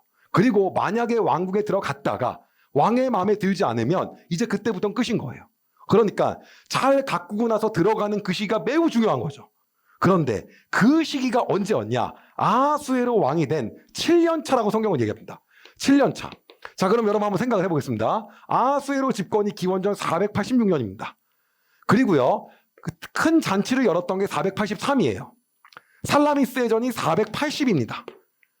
그쵸? 그러면 이제 이때가 479거든요. 그럼 이때는 언제를 얘기하는 겁니까? 살라미스의 전부터 그리스 원정을 대패하고 아하수에로가 무너지기 시작하는 그 시점부터를 얘기하는 겁니다. 맞죠? 예. 이때가 집권이었고 이때가 연애 베풀었던 이 처음 왔을 때 장면. 그리고 이제 이때는 해전 졌고 이때 드디어 이제 에스더가 가게 되는 거예요. 그런데요, 이 에스더는요, 이 시절 동안에 왕을 만나게 되는데 이제 이때부터 잠깐만 역사 이야기를 좀만 더 하면요, 말년에 정치에 관심이 아하수에로가 전혀 없고 주색 잡기에만 다 빠지거든요.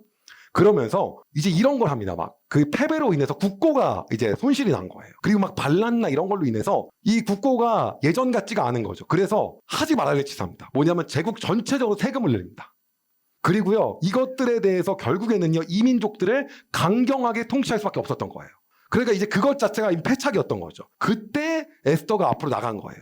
근데 나갔는데 여러분은 이 내용을 좀 알기 때문에 그 뒤에 하만이라는 사람이 이런 얘기 하거든요. 저놈들 싹 죽이고 내가 재산을 다 모아다가 드리겠습니다, 이런 얘기 하거든요. 근데 그게 시대적 배경으로 맞는 게 뭐냐면 국고가 바닥났으니까.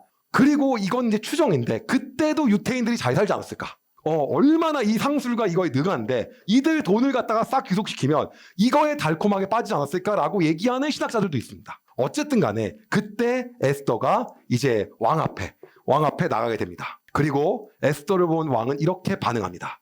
에스더서 2장 16절에서 18절입니다.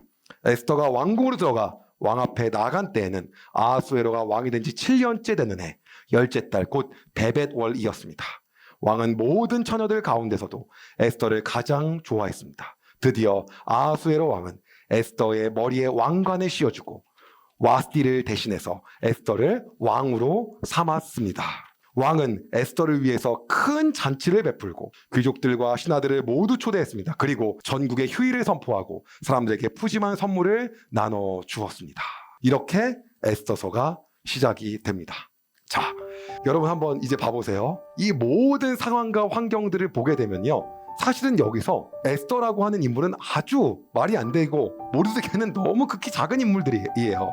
그럼에도 불구하고 하나님이 그 작은 자를 쓰셔갖고 갑자기 왕으로 앉히십니다. 그리고 역사하고 전혀 관계없는 데서 하나님의 일을 시작하는 거예요. 우리가 기억해야 되는 게, 많은 사람들이요, 에스더서는요, 하나님이 나오지 않는다 그래갖고 이 에스더서 자체가 공격을 많이 받았습니다. 그런데 놀라운 건 하나님이 나오지 않지만 에스더서가 성경에 있는 이유가 뭘까요? 우리가 사는 이 삶 속에서도요, 하나님이 보이지 않아요. 그리고 하나님이 일하시지 않는 것 같다는 거죠. 그런데 그 상황에서도 누가 일하신다는 거예요? 하나님이 일하시고 역사하고 계신다는 거예요. 하나님이 이 후보에 오르는 이 과정까지 다 하나하나 세세하게 역사를 하신 거죠. 바로 에스더가 왕과 폐진된 다음에 된 게 아니라 시간이 상당히 어떻게요? 꽤 많이 지난 거예요. 예, 이 기간 뒤에 4년이라는 시간이 흘렀다는 거죠. 우리는 요셉이 감옥에서 뚝딱 나온 것 같지만 상당히 보디발 집안에서 뚝딱이 아니라 굉장히 많은 시간들이 흘러갑니다. 하나님이 그 시간들을 통해서 하나님의 역사를 만드시고 하면서 다 준비시키고, 우리는 보이지 않지만 그분의 역사를 이루어 가시는 거죠. 그래서 오늘도 우리의 하나님의 시간의 때, 그 카이로스의 때, 하나님이 정한 시간대 우리의 삶을 놀랍게 인도하실 거라는 거예요. 우리가 그것을 기대하면서 이제 에스더서를 계속해서 보도록 하겠습니다. 제가 기도할게요. 하나님, 세계적인 역사의 항복판 속에서도 하나님은 하나님의 계획대로 역사를 만드시며 이어가시고 인도하시는 분이심을 고백합니다. 하나님께서 에스더를 세우셨고 수많은 후보들 중에 에스더를 왕으로 세우신 분이 하나님이십니다. 하나님, 오늘도 우리의 삶 속에서 그 하나님을 기대하며 하나님의 때를 기대하며 우리가 살아갑니다. 역사하지 않으실 것 같은 그곳에서도 오늘도 움직이시고 인도하고 계신 하나님을 우리가 바라봅니다. 주님, 오늘도 보이지 않지만 우리의 삶에 세세하게 개입하셔서 우리를 인도하시고 역사하여 주시옵소서. 그리하여 하나님의 때에 하나님의 일을 하나님께서 행하여 주시옵소서. 주님을 기대하며 예수님의 이름으로 기도드립니다. 아멘. 에스더가요, 왕후의 자리에 오른 다음에 놀라운 변화가 있습니다. 그게 뭐냐면, 다른 사람들과 다르게 모르드게의 말을 계속 잘 들어요. 원래 보통 위치가 바뀌면 마음도 바뀌잖아요. 근데 안 바뀌어요. 계속 모르드게의 말을 잘 들어요. 이게 진짜 엄청난 거거든요. 그러다 보니까요, 유다인이라는 걸 계속 말하지 않습니다. 근데 어느 날 모르드게가요, 왕궁 문 밖에 있는데 신하 2명이요 속닥속닥 하는 얘기를 듣게 된 거예요. 그래서 어떤 얘기를 하나 들어보니까 왕을 해치려고 모의를 한 거예요. 아마 많은 반란들이 있었기 때문에 그중 하나를 얘기한 거겠죠. 그리고 그것을요, 모르드게가 다 듣고요, 에스더한테 전달합니다. 에스더가요, 오빠 확실한 거 맞아? 라고 얘기하는 게 아니라 그 말을 그대로 아하수에로한테 전합니다. 그리고 왕이 그것에 대한 진상을 밝히라 그래요. 그리고요, 진상을 밝히고 나서 완전 조사를 통해서요, 모반을 했던 자들을요, 나무에 달아 죽이는 형벌을 가합니다. 그리고 그들이 죽게 돼요. 그래서 반란의 그 씨앗이 다 뿌리 뽑아진 거죠. 그리고 이런 일이 있은 후에요, 모르드게는요, 성경엔 없지만요, 당연히 상을 받아야 되고 에스더도 상을 받아야 되는데 엉뚱한 일이 일어납니다. 어떤 갑자기 이상한 사람이 왕 다음에 버금가는 자리에 올라가는 거예요. 왜? 일은 모르드게가 했는데. 에스더서 3장 1절입니다. 이 일이 있은 뒤에 아하수에로 왕은 아각 사람 함무다다의 아들 하만을 높여 귀족들 가운데서도 가장 높은 자리에 앉혔습니다. 우리가 원하는 대로 흘러가지 않는 거죠. 우리도 우리의 인생을 살다 보면은 우리가 이만큼 한 것 같은데 그만큼으로 오지 않을 때가 상당히 많이 있다는 거죠. 자, 그런데 오늘 우리가 여기서 에스더서를 보면서 좀 집중해야 될 부분이 있어요. 거기가 어떤 거냐면 바로 아각 사람이라는 거예요. 그럼 아각 사람이 누구냐? 아각 사람은요, 아말렉 족속이에요. 그럼 아말렉은 누구냐? 여러분 이제 기억하셔야 됩니다. 저하고 옛날에 있었던 일이에요. 아주 고대 때 있었던 일. 출애굽 당시에. 당시 이스라엘 백성이 마실 물에 대해서 불평을 합니다. 그래서 그 막 지팡이로 쳐서 물이 나온 다음에 그 지역에서 이스라엘 백성의 뒤통수를 후려친 민족이 있었으니 그게 아말렉이었어요. 그래서 그때요, 여호수아한테 모세가 나가서 싸우라고 해갖고요, 여호수아가 모세의 말에 순종하고 싸웠던 그 민족이 아말렉이에요. 잠시 그 부분을 보겠습니다. 출애굽기 17장 10절에서 13절입니다. 그리하여 여호수아는 모세의 말대로 아말렉 사람들과 싸우러 나갔습니다. 한편 모세와 아론과 훌은 언덕 꼭대기로 올라갔습니다. 모세가 팔을 치켜들고 있는 동안에는 이스라엘 백성이 싸움에서 이겼지만 모세가 팔을 내리면 아말렉 사람들이 이겼습니다. 그러던 중 모세가 지쳐서 팔을 들 수 없게 되었습니다. 이때 사람들이 큰 돌을 가져다가 그 위에 모세를 앉혔습니다. 그리고 아론과 홀은 모세의 팔을 붙들어 올렸습니다. 아론은 모세의 한쪽에, 홀은 다른 쪽에 서 있었습니다. 그들은 해가 질 때까지 그렇게 모세의 팔을 붙들고 있었습니다. 그리하여 여호수아는 그 싸움에서 아말렉 사람들을 물리쳐 이겼습니다. 이게 바로 아말렉이었어요. 그런데 이후에 모세는요, 죽기 전에 설교를 합니다. 그 설교가 신명기거든요. 근데 신명기에서 그때 일을 회고하면서 이 아말렉을 완전히 진멸하라 그래요. 신명기 25장 17절에서 19절이에요. 여러분이 이집트에서 나오던 때 아말렉 사람들이 여러분에게 한 일을 기억하시오. 여러분이 피곤하고 지쳤을 때 그들이 길가에 나와 여러분 뒤에 처져 있었던 사람들을 다 죽였소. 그들은 하나님을 두려워하지 않았어. 여러분의 하나님 여호와께서 주신 땅에서 모든 적들을 물리치고 여러분에게 평안을 주실 때 이 땅 위에 아말렉 사람들을 멸망시켜 그들의 기억조차도 없애버리시오. 꼭 잊지 마시오. 이것이 모세가 한 말이에요. 그런데 아말렉과의 악연이 여기서 끝나지 않습니다. 그렇게 모세의 유언이 있은 뒤 약 450년 뒤에요, 이스라엘의 초대 왕으로 사울이라는 사람이 등극을 합니다. 그리고 하나님의 명령을 받고 사울은 아말렉과의 전쟁을 하게 돼요. 그리고 하나님은요, 모든 것을 싹 다 진멸하라고 합니다. 사람이든 송아지는 전부 다 죽여야 된다. 그런데 사울이 그렇게 하지 않아요. 사무엘상 15장 2절에서 3절입니다. 만군의 여호와께서 이렇게 말씀하셨소. 이스라엘 사람들이 이집트에서 나올 때 아말렉 사람들이 길을 막으려 했던 것을 내가 기억한다. 그러니 이제 가서 아말렉 사람들을 공격하여라. 아말렉 사람들의 가진 모든 것을 나에게 바치는 제물로 삼아 없애버려라. 이게 헤렘이거든요. 헤렘 다 진멸하는 거. 아무도 살려주지 마라. 남자와 여자, 어린아이와 갓난아이뿐 아니라 소와 양과 낙타와 나귀들도 모두 죽여 없애버려라. 그런데 결과가 어땠습니까? 사무엘상 15장 9절에서 11절입니다.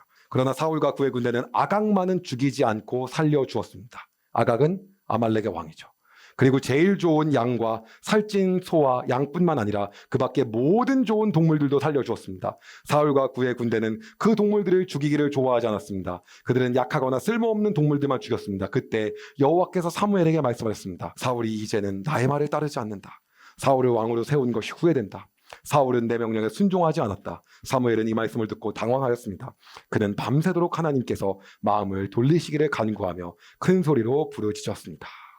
바로 그 아각의 후손이 철천지 원수가 되어 지금까지 살아남게 된 거예요.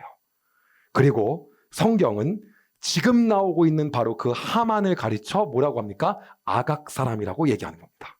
그때 끝냈어야 됐는데, 다 진멸했어야 됐는데 여기까지 온 거예요. 그리고 그 아각 사람 하만을요, 아하수에로 왕은요, 자기 다음으로, 즉 귀족들 중에서 가장 높은 자리에 올립니다. 모두가 그에게 무릎 꿇고 절해야 했던 거예요. 그런데 모르드게는 그렇게 하지 않습니다. 그리고 신학자들은 이러한 배경 때문에 그랬을 거다라고 얘기해요.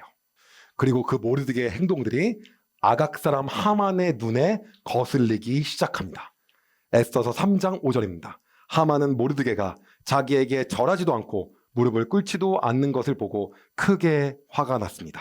그때는요, 이제 아하수에로가 왕이 된 지 13년째가 되는 해예요. 자, 집권이 기원전 486년이었죠. 그리고 잔치가 우리가 와스디 페우 얘기한 게 이때였고요. 그리고 살라미스의 전으로 인해서 완전 망한 게 이때였고요. 그 다음에 에스더가 들어간 게 이때였습니다. 됐나요? 그런데 13년째면요, 거의 어디까지 간 겁니까, 지금요? 예. 뭐 이때까지 간 거죠. 예. 그렇기 때문에 시간이 더 뭐 한 거예요? 지금 더 지난 거예요. 그리고 이 시대는 누구의 시대입니까? 이제 하만의 시대가 된 거예요. 이게 바로 지금 아하수에로. 그럼 아하수에로 언제까지 왕입니까? 알려드릴게요. 여기 잠깐 보시면 아하수에로는 바로 이때까지 왕입니다. 예. 그렇기 때문에 이제 실권하기 한 10년 정도 남은 이러한 상황이었던 거예요. 그러니까 파국으로 치닫고 있었던 역사적 배경을 알기 때문에 이제 그때의 상황이었던 거죠. 자, 그때 아하수에로가 왕이 된 지 13년째 되던 해 첫째 달에 하만이요, 이대로 안 되겠다라고 생각해서 모든 유다인들을 다 죽이기로 작정을 합니다. 모르드게 이것 봐라, 괘씸해서 안 되겠다.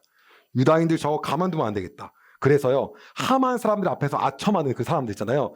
그 사람들이요, 역시 유대인들을 죽여야 한다고 다 얘기해요. 그리고요, 그 앞에서 제비를 뽑아가지고 어떻게 할지 결정합니다. 그 제비의 이름이 뭐냐면 부르예요, 부르. 예, 부르라고 하는 제비를 뽑습니다. 성경에 나오는 겁니다. 예, 부르.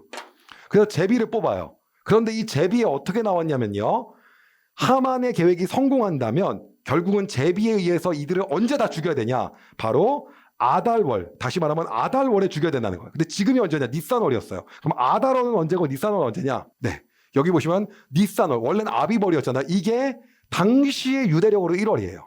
그리고 아달월은요, 여기 보시면 유대력으로 12월이죠. 그러니까 11개월 후에는 뭐 하는 거예요? 이제 만약에 이것이 아하수에한테 통과가 되면 11개월 후에는 정확하게 뭐 하는 겁니까? 다 죽는 거예요. 그리고 이때 언제예요? 13일 날. 다시 말하면 아달월 13일 날 다 죽이겠다고 한 겁니다. 요게 바로 유대력의 날짜입니다. 이해 가시죠? 그래서요, 이제 이만큼이 남았고요. 하만은 이거를 아하수에로의 재가를 받으려고 들어갑니다. 에스더서 3장 8절에서 10절입니다. 하만이 아하수에로 왕에게 말했습니다.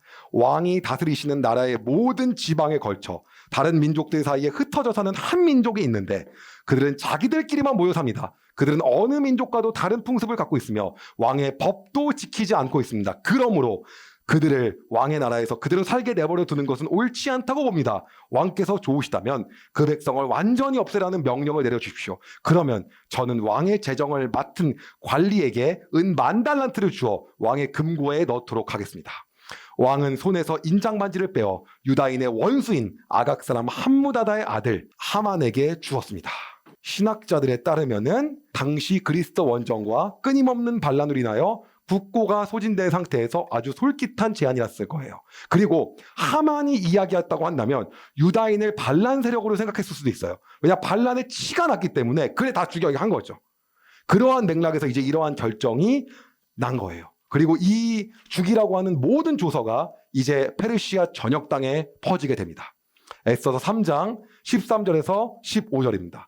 사신들을 시켜 전국에 조서를 보냈습니다. 조서의 내용은 12째 달인 아달월 13일에 유다인 젊은이, 늙은이, 여자, 어린이 할 것 없이 다 죽여 없애버리고 그들의 재산을 다 빼앗으라는 것이었습니다. 각 지방에서는 이 조서를 베껴 법률로 선포하고 모든 백성에게 알려 그날을 준비하게 했습니다. 왕의 명령이 내려지자 사신들이 서둘러 길을 떠나고 수산성에서도 조서가 선포되었습니다. 왕과 하만이 자리에 앉아 술을 마실 동안 수산성은 어지러움과 혼란에 빠져 있었습니다. 자, 오늘의 이 에스더서의 내용을 통해서 여러분에게 도전하고 싶은 것이 있는 거죠. 우리는 우리가 진멸할 것, 버릴 것, 포기할 것이 있어요. 하나님 명확하게 말씀하시는 것. 그런데 모세가 했던 이야기를 하지 못했어요. 그리고 그들을 남겨두었어요. 그리고 그가 바로 하만이 됐어요.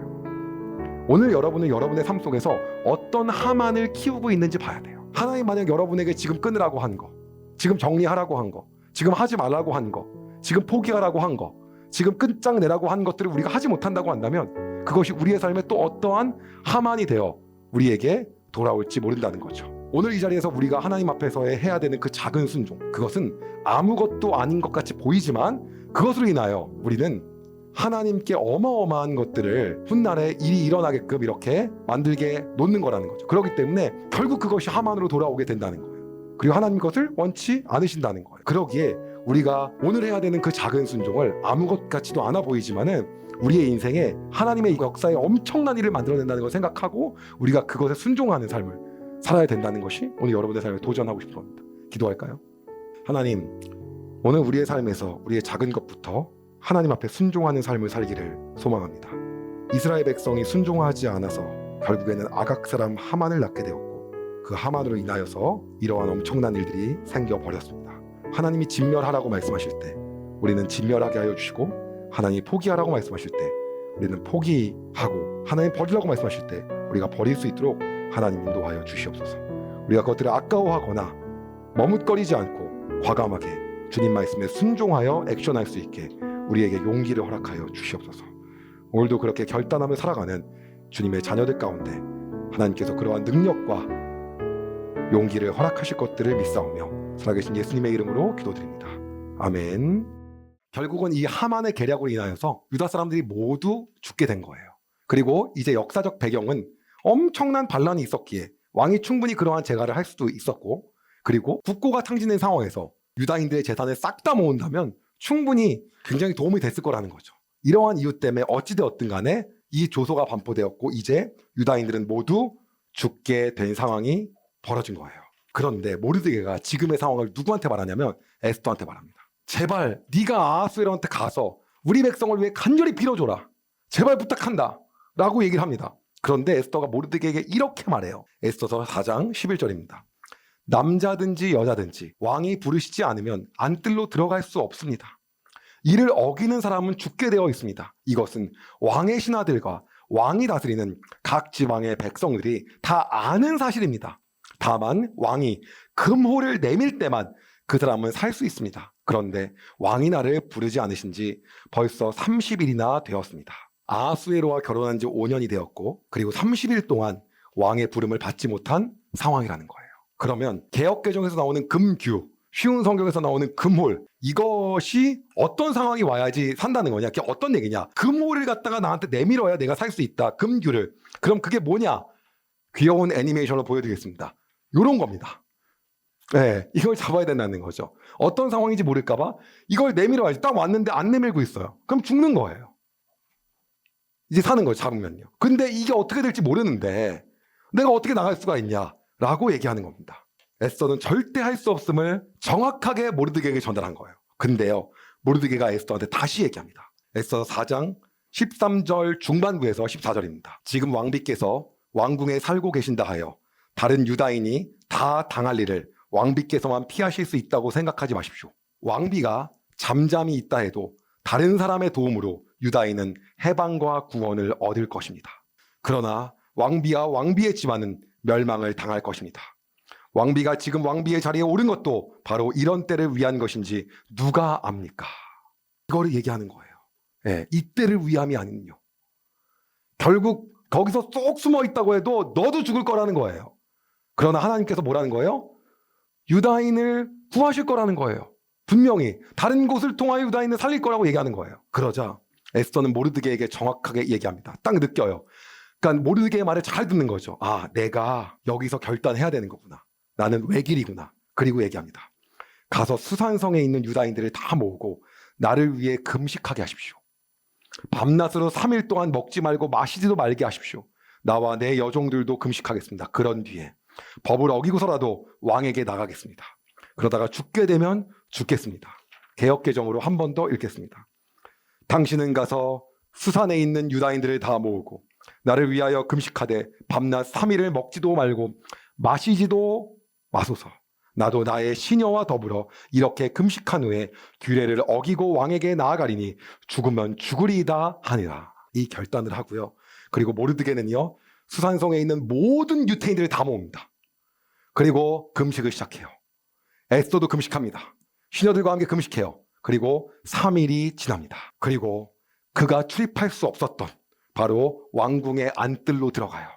그런데 왕궁의 안뜰에 있는, 여긴 들어오면 안 되는데, 왕의 부름이 없이 들어오면 안 되는데, 들어온다면 금규를 내밀어야 살 수 있는 건데, 금호를, 그 에스더를 왕이 보게 됩니다. 에스더서 5장 2절입니다. 왕은 에스더 왕비가 뜰에 서 있는 모습을 보고 그녀를 어여삐 여겨 손에 들고 있던 금호를 내밀었습니다. 그러자 에스더가 가까이 다가가 금홀 끝에 손을 대었습니다. 그리고 왕이 에스더에게 물어봅니다. 어떠한 부탁이 있냐? 그리고 성경에는 원한다면, 네가 원한다면 나라의 절반이라도 주겠다라고 얘기하는데 그거는 관용적 표현이에요. 원하는 걸 들어주고 싶다라는 말이에요. 예, 그렇기 때문에 그 있는 그대로 받아들이면 안 됩니다. 그래서 에스더는요, 왕에게 원하는 것을 이야기합니다. 그것도 되게 현명하게 해요. 에스더서 5장 4절이에요. 에스더가 대답했습니다. 제가 오늘 왕을 위해 잔치를 준비했으니 좋으시다면 하만과 함께 와주십시오. 그래서요, 하만과 함께 왕이 잔치 자리에 갑니다. 그리고요, 어찌되었던 원하는 게 잔치에 대접하는 거였기 때문에 네가 원하는 게 있다면 뭐든지 얘기하라고 얘기해요. 다 들어주겠다고. 그리고 에스더는 왕에게 말합니다. 에스더서 5장 8절이에요. 왕이 저를 어여삐 보시고 제 소원과 요청을 들어주실 마음이 있으시다면 내일도 잔치를 열겠으니 하만과 함께 와 주십시오. 그때 제 소원을 왕께 말씀드리겠습니다. 그리고 그날 잔치와 연회에서 끝나고 나오던 중흥 하만은요, 모르드게가 문 밖에 서 있는 모습을 보게 됩니다. 여전히 뻗대고 있고 뻣뻣한 모르드게를 보며 화가 미친 듯이 납니다. 그러나 얼마 안 있으면 저것들 유다인들 다 죽을 거니까 참습니다. 그리고 자신의 집에 가갖고요, 자기 친구들과 아내에게 내가 어떠한 사람인지, 나의 재산, 나의 많은 아들들, 그리고 자기의 모든 것들을 자랑합니다. 거기에다가 이번에 왕비가 나를 초대했는데 초대한 사람은 왕 말고는 나밖에 없었다 라는 걸 더욱더 막 얘기합니다. 그런데 이 모르드게 때문에 내가 화가 열받는다, 열이 너무 받는다 라고 했더니 주변에 있는 사람들이요, 하만한테 얘기해요. 좋은 생각이 있다고. 약 22m 정도 되는, 22m 정도 되는 장대를 갖다가 세워놓고, 장대를 세워놓고 내일 아침에 아하수에로 왕한테 말해서 모르드게를 갖다가 거기에다가 매달라고, 목을 매달라고. 장대. 그러면 아주 그냥 딱 그 볼만하지 않겠냐고. 그래서요, 그거를 갖다가 이제 맞다고 생각해서 그렇게 하라고 명령을 합니다. 그날 밤이었어요. 왕은 갑자기요, 잠이 오지 않습니다. 잠이 오지 않는데 뭘 보냐면요, 왕의 왕궁 일지를 봅니다. 그걸 읽으라 그래요. 근데 읽으라고 했는데 거기서 이상한 부분이 나와요. 어디냐면 일지에 적혀있는 부분이 이거였어요. 에스더서 6장 2절입니다. 그 일지에는 왕궁문을 지키던 왕의 두 내시인 빅다나와 데레스가 왕을 죽이려 한 음모를 모르드게가 일러주었다는 내용이 적혀 있었습니다. 아, 왕을 죽이려고 했다는 내용이 있었구나. 그래가지고 모르드게가 이걸 다 살려줘서 왕이 살 수 있었던 거야. 이거를 왕이 알고 얘기한 거예요. 그럼 도대체 모르드게에게 어떠한 큰 상을 내렸느냐, 어떠한 대단한 대접을 해주었느냐. 그랬더니 신하들이 뭐라고 하냐면 아무 대접도 안 해줬습니다. 어떻게 그럴 수가 있냐.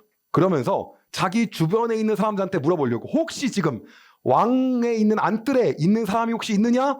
그 사람이 있다고 한다면 그 사람은 굉장히 왕과 친한 사람일 테니 불러서 걔한테 한번 물어봐야겠다. 혹시 있느냐? 그랬더니 얘기하는 거예요. 하만이 있습니다. 들어오라고 그래라. 그래가지고 하만을 불렀어요. 근데 하만이 사실 어떤 얘기를 하려고 있었냐, 장대에다가 모르드게 매달아야 된다, 그 얘기 하려고 있었던 거예요.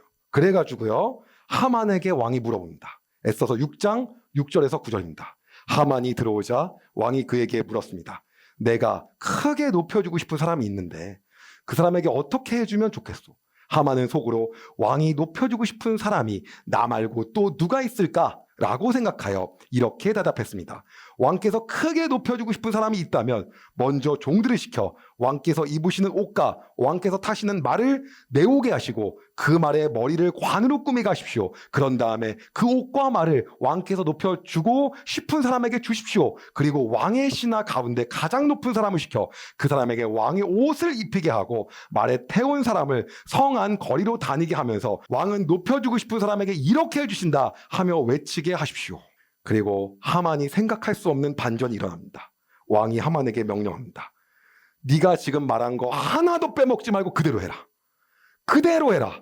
그래서요, 성경은 이 부분을 이렇게 얘기하고 있습니다. 에스더서 6장 11절에서 12절입니다. 하만은 왕의 명령대로 옷과 말을 내어와서 모르드게에게 옷을 입히고 그를 말에 태워 왕은 높여주고 싶은 사람에게 이렇게 해주신다 하고 성안 거리를 외치고 다녔습니다. 그런 뒤에 모르드게는 다시 왕궁문으로 돌아갔습니다. 하만은 당황하고 부끄러운 얼굴을 가린 채 서둘러 집으로 갔습니다. 하만의 친구들이 얘기하는 거예요. 야, 너 계속 이렇게 모르드게하고 맞서다가 네가 이제 죽을 것 같아. 그래, 조심하는 게 좋겠어. 그리고 하만은요, 에스더가 자신의 소원을 말하기로 한 그 잔치, 그 다음 날도 와주십시오라고 하는 그 잔치에 바로 왕과 함께 또다시 가게 됩니다. 그리고 그 잔치에서 이제 놀라운 일을 하나님께서 준비하고 계셨습니다. 자, 여러분의 하나님은 어떤 하나님이십니까? 하나님의 성품은요, 하만이 어떻게 하려고 했습니까? 끝도 없이 높아지려고 할 때 낮추셨어요. 그리고 모르드게는요, 죽기 직전까지 낮아지려고 할 때 하나님 높이셨죠. 그 하나님의 성품이 구약 그대로 벗겨가지 않고 이 에스더서에서도 그대로 얘기하고 있는 거예요. 우리 하나님은요, 우리가 높아지려고 할 때 것들을 낮게 하시고 그리고 낮아질 때 높여주시는 분이 하나님이시라는 거죠. 우리는 끝까지 낮아져 갖고요, 하나님은 계속 높입니다. 그리고 하나님이 여러분을 높이십니다. 그게 하나님의 원리예요. 그리고 높아지려고 고개를 들면 얻어맞는 거죠. 수그려야 되는 거예요. 여러분한테 말씀을 드리고 싶은 게 있어요. 현재 지금 혹시라도 내 안에 교만한 마음이 있다고 한다면요, 지금 하나님 앞에 무릎을 꿇어야 됩니다.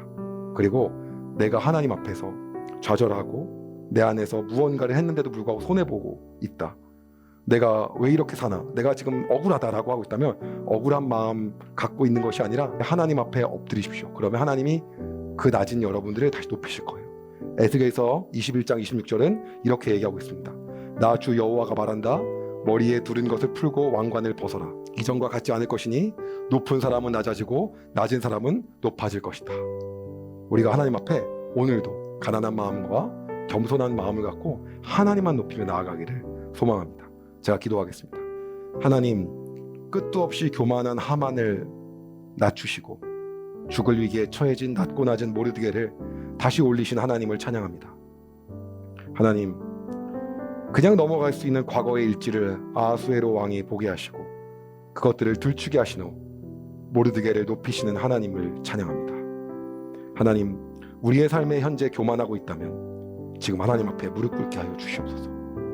그리고 우리가 무엇 때문에 손해받고 억울하고 당한 것 같고 힘들다고 한다면 하나님 앞에 애통해하게 하여 주시옵소서. 하나님은 그를 높이실 거라고 그런 하나님은 우리가 합니다. 하나님, 높은 자를 낮추시고 낮춘 자를 높이시는 하나님을 찬양합니다.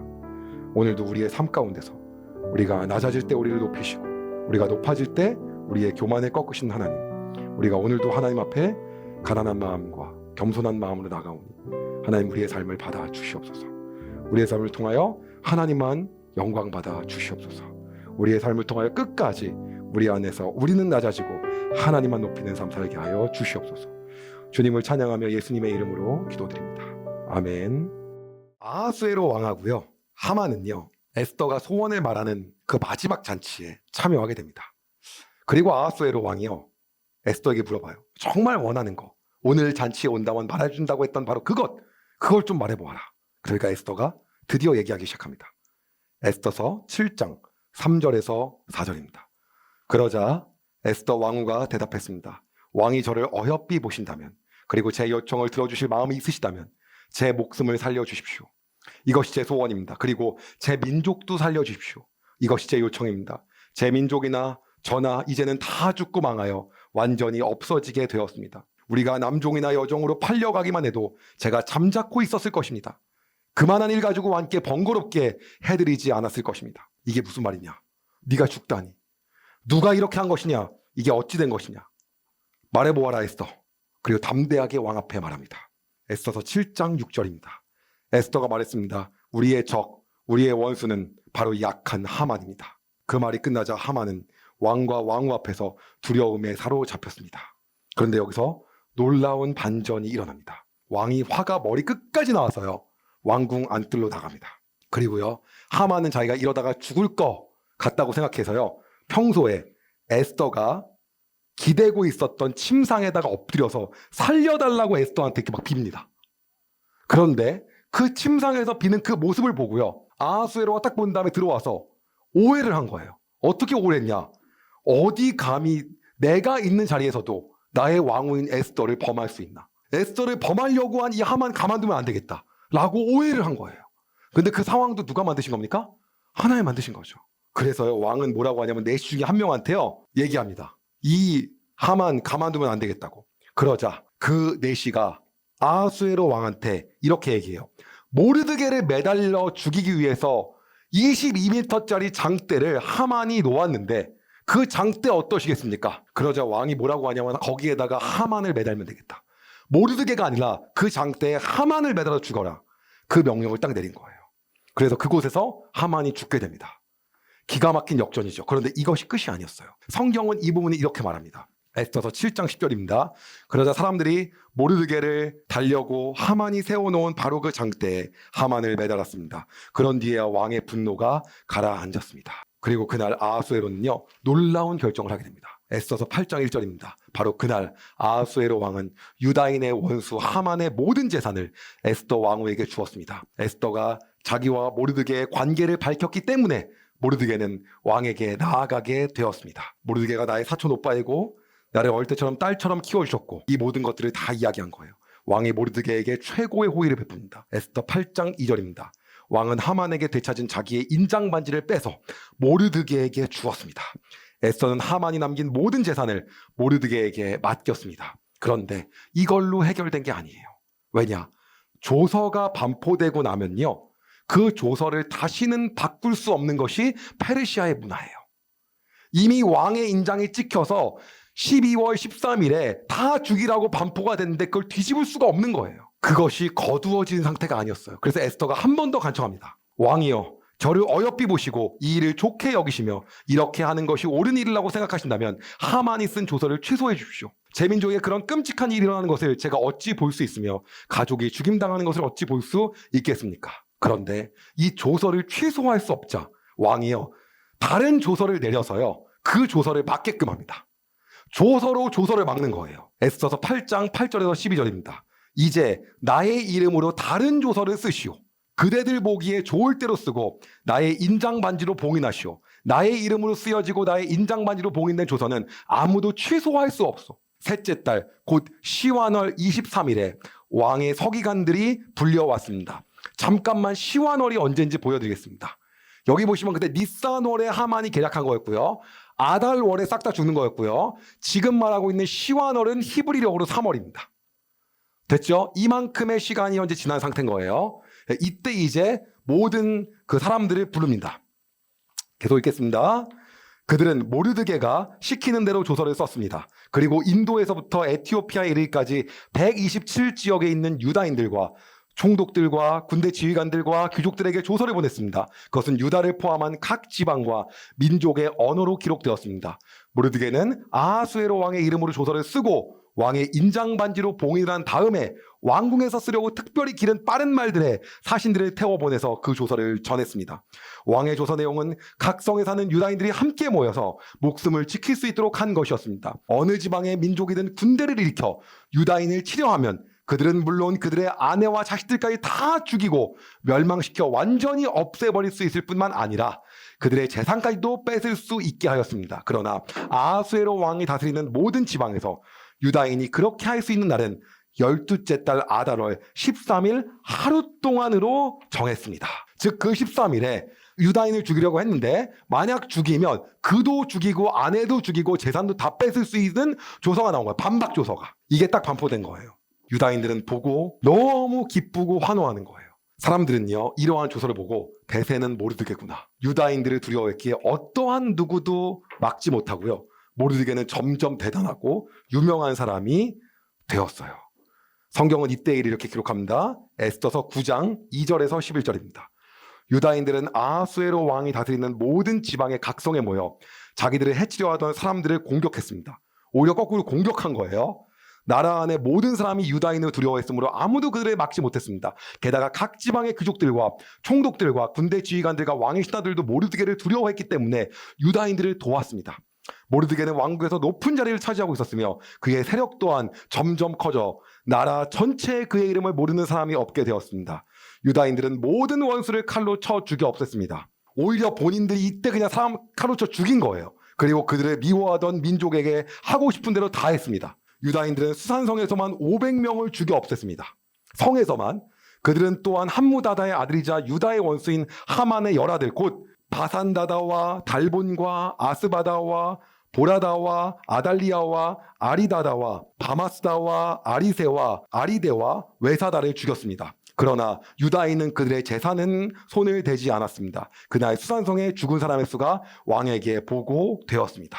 죽임당할 수밖에 없었던 그러한 처지에 하나님으로 인하여서 모든 것이 다 반전된 거예요.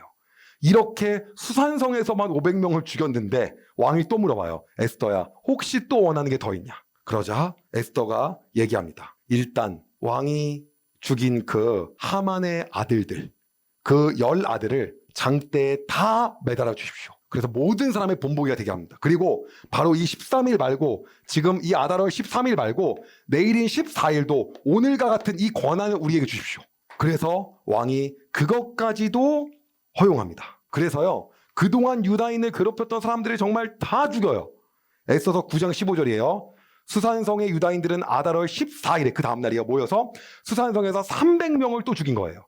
그러나 그 재산에는 손을 대지 않았습니다. 그리고 당시 수산성이 아닌 모든 지방에서 성경에 의하면 유다인이 죽인 본인들의 원수가 무려 7만 5천 명에 달했다고 합니다. 모르드게는요 이 일을 다 적어두고 그날을 기념하기 시작합니다. 에스더서 9장 20절에서 21절이에요. 모르드게는 이 모든 일들을 다 적어두었습니다. 그리고 먼 곳이든지 가까운 곳이든지 아하수에로 왕이 다스리는 나라의 모든 유다인에게 편지를 보내어 해마다 아다로의 14일과 15일을 명절로 지키게 했습니다. 그래서 실제로 이렇게 다 죽인 날은 이때였고요. 명절로 지킨 날은 14일, 15일 이렇게 된 겁니다. 요 날에 지키게 된 거예요. 그 다음입니다. 그날은 유다인이 원수를 물리친 날이고 슬픔이 기쁨으로 바뀐 날이며 통곡할 날일 즐거운 날로 바뀐 날입니다. 따라서 모르드게는 그날을 즐거운 명절로 정하고 서로 음식을 나누며 가난한 사람에게 선물을 주는 날로 정하게 하였습니다. 유다인들은 모르드게의 말에 따라 해마다 그날을 명절로 지켰습니다. 그리고 그 명절의 이름을 바로 부림이라고 짓게 됩니다. 이 부림은요, 앞에서 제비라고 하는 부르의 복수형입니다. 복수형이 부림이에요. 그러면 이건 어떤 말이냐? 주사위가 굴러간 것이 아니라, 제비가 뽑혀지는 것이 아니라 오직 하나님의 주권이 그분의 운명을 결정한다. 하나님의 주권이 그분의 백성의 운명을 결정한다 라고 하는 의미에서 이렇게 부림이라고 짓고 이날을 기념하게 된 겁니다. 그래서 지금의 유태인들은요, 여기 보시면 이때가 여러분 히브리력으로 12월이잖아요. 지금의 태양력으로 따지면 이게 2월, 3월이기 때문에 이 3월경에 지금도 유태인들은요, 부림절을 지킵니다. 언제부터요? 이때부터요. 그리고 어떠한 문화가 있냐면 지금의 유태인들은요, 에스더를 누군가 읽어줍니다. 읽어주면서 하만 얘기가 나오면 우 합니다. 모르게 나오면 와 합니다.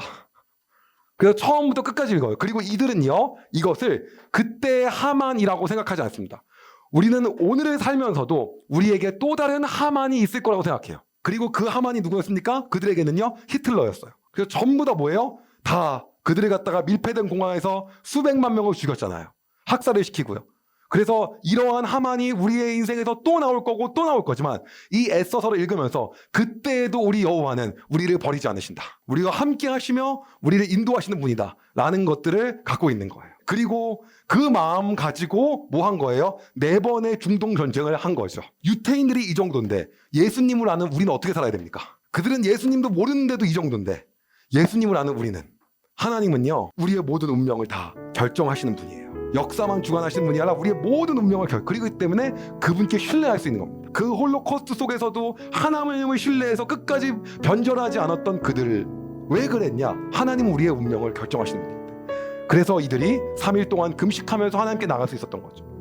예수님도 모르는 사람들도 그렇게 하고 있는데 우리는 어떻게 살아야 됩니까? 그러기에 우리는요, 우리 하나님이 전혀 안 보이는 그 순간 속에서도 우리의 인생을 역전시키시고 우리의 운명을 주관하신 하나님께 우리의 생명과 우리의 마음과 우리의 믿음을 드릴 수 있는 겁니다. 그래서 우리가 그렇게 살아갈 수 있는 거예요. 그래서 이 모든 순간에서도 하나님이 역사에 개입하신다는 것을 우리가 기억해야 됩니다. 우리의 상황에서 하나님이 전혀 없는 것 같은 그 순간에서도 하나님이 그것에 개입하셔서 우리의 운명을 결정하시고 역사하시는 분이라는 것들을 오늘 우리의 삶에서 다시 한번 인지하며 불임절의 유래를 마지막까지 쓴 이 에스더서를 보면서 우리의 마음 안에 있는 불임절, 우리의 마음 속에 있는 하나님께서 우리 시킨 각자의 불임절이 있단 말이에요. 내 인생에서 하나님께서 나를 도우신 날, 내 인생에서 하나님께서 나의 삶을 바꾸신 그날을 기억하면서 주님께 나아가기를 소망합니다. 기도하겠습니다. 하나님, 오늘 우리가 하나님 앞에 나아갑니다. 하나님은 우리의 운명을 결정하시고 우리의 모든 것들을 섬세하게 만지시며 나아가시는 분임을 우리가 다시 한번 보게 됩니다. 하나님이라는 언급이 한 번도 나오지 않은 그 에스더서에서 하나님은 여전히 살아계셔서 모든 것들을 섬세하게 운행하시고 운명을 결정하시며 인도하셨습니다. 하나님, 우리의 삶에서 하나님이 없는 것 같은 그 순간에도 우리가 하나님을 신뢰하며 모르드게와 유다인들과 같이 살게 하여 주시옵소서. 그리하여 우리의 삶을 하나님께 드리며 믿음을 드리며 온전히 하나님을 신뢰하며 역전의 하나님을 기대하며 살아가게 하여 주시옵소서. 하나님, 모든 운명을 하나님께 맡기며 나아갔던 에스더와 같이 우리가 그 삶을 살게 하여 주시고 죽으면 죽으리라고 외치며 아하수에로 앞에 나아가며 하나님을 신뢰하고 나아간 것 같이 우리의 인생에서 우리가 하나님을 믿는 믿음으로 그 일들을 우리도 감당하며 살게 하여 주시옵소서. 또한 모르드게가 가진 믿음처럼 오늘 네가 왕 앞에 나가지 않더라도 하나님께서는 다른 곳을 통하여 유다인들을 살린다고 말씀하신 것처럼 우리가 그러한 믿음으로 하나님 모든 것을 하실 수 있으신 분임에도 오늘 나를 선택하셔서 나에게 말씀하셔갖고 이 일을 감당케 하신 그 하나님의 초대에 응하며 살아갈 수 있게 하여 주시옵소서. 하나님을 신뢰하는 마음으로 날마다 그 결단을 하며 살 수 있게 주님 인도하여 주시고 매 순간 성령께서 붙잡아 주시옵소서. 우리의 삶을 그렇게 인도하실 주님을 찬양하며 예수님의 이름으로 기도드립니다. 아멘. 여러분, 은혜 많이 받으셨나요? 이 영상을 통해 더 많은 사람들에게 하나님의 은혜를 공유하길 원하신다면 여러분의 구독과 좋아요가 꼭 필요합니다. 오늘도 여러분의 삶에 하나님의 은혜가 가득하길 진심으로 소망합니다.